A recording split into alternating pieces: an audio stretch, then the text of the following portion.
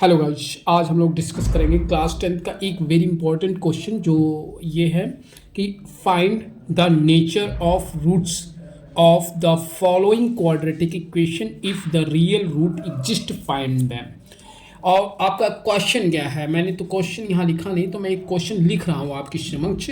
3x² -4√3x+4, ये आपका इक्वेशन है और इसको आपको फाइंड करना है, इसके रूट्स फाइंड करने हैं और आपको ये बताने हैं कि इसके क्या रियल रूट्स एग्जिस्ट करते हैं या नहीं करते।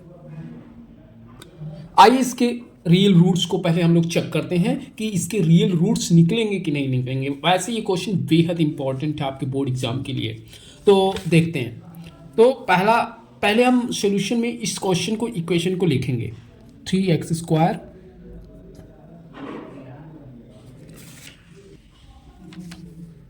माइनस, ये माइनस है sorry, -4√3x+4 is equal to 0। इसको हम कंपेयर कराएंगे, ये हमारा बेसिक फार्मूला है, ax² + bx + c is equal to 0।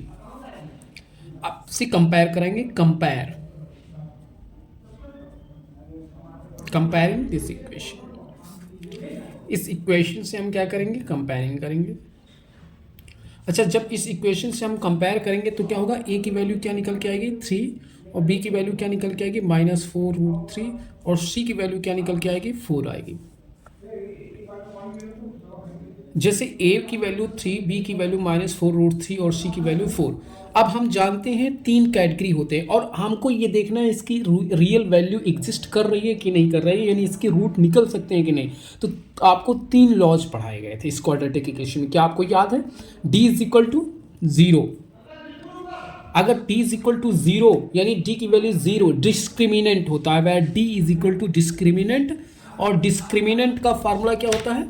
एक बार मैं यहाँ पे लिखना चाहूँगा, discriminant where d is discriminant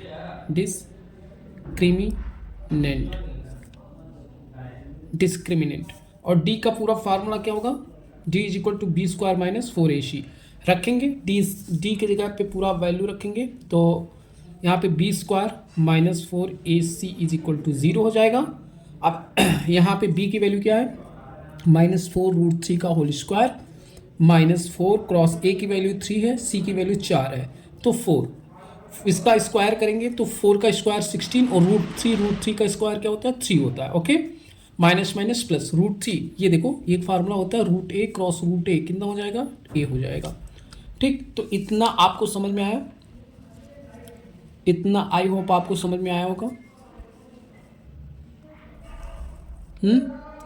तो √a कितना होता है? a होता है। √a a होता है। ये देखिए भाई साहब आ रहे हैं ब्लैक पेन, ये कह रहे हैं हमको यूज करो, करेंगे।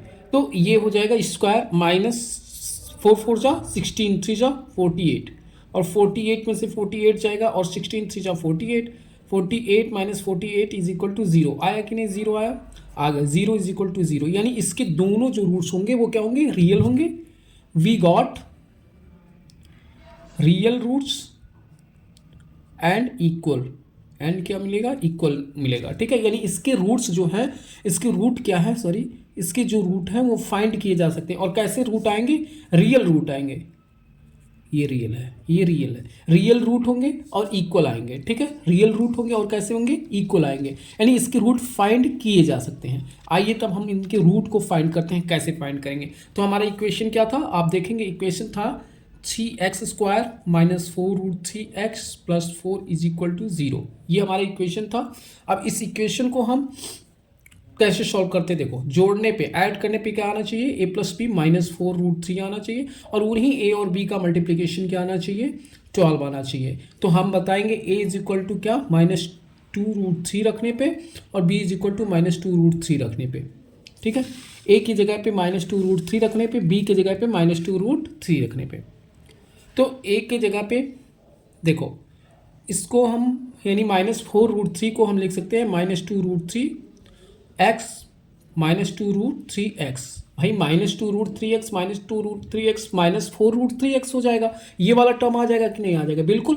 -2√3x और -2√3x -4√3x, और इसका जब दोनों का मल्टीप्लाई कराएंगे तो 12 आना चाहिए, और इन दोनों का मल्टीप्लाई कराएंगे तभी तो 12 आ जाएगा। माइनस माइनस प्लस 4, 2 2 जा 4, और √3 3 हो जाएगा। तो अब 4√3 कितना हो जाएगा, सॉरी 4 क्रॉस 3 कितना हो जाएगा, 12 आ जाएगा।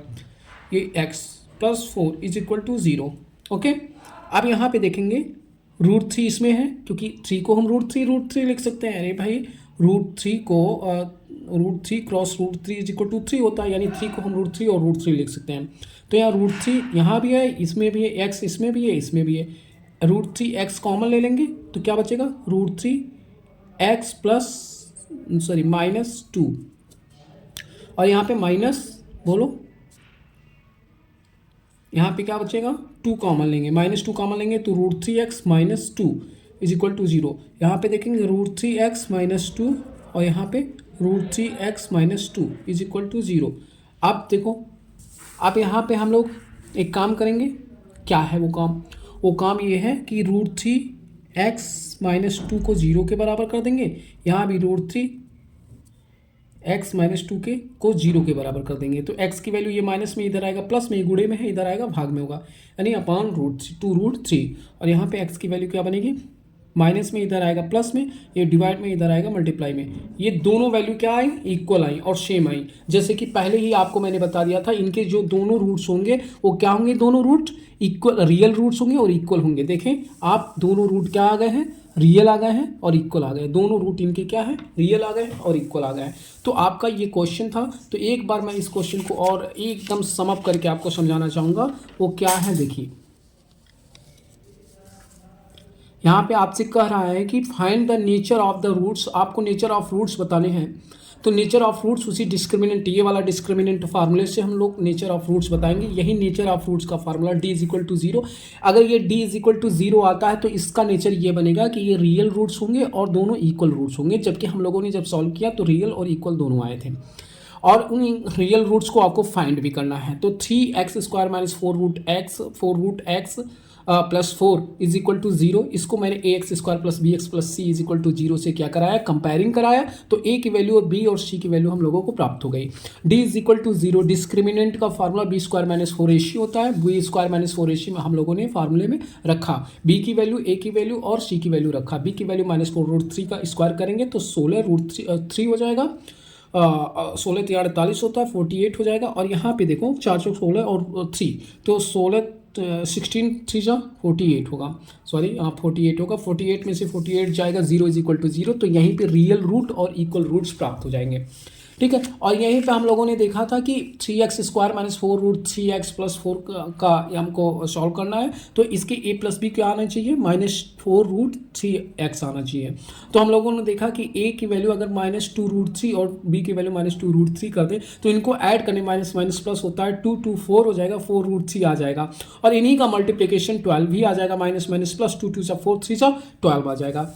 तो इसको मैंने बीच वाले को तोड़ा तो 3x² - 2√3x -2√3x + 4 आ गया। यहाँ पे देखिए √3x कॉमन ले लिया, √3x -2, यहाँ पे -2 कॉमन ले लिया, √3x -2 आ जाएगा, ठीक है।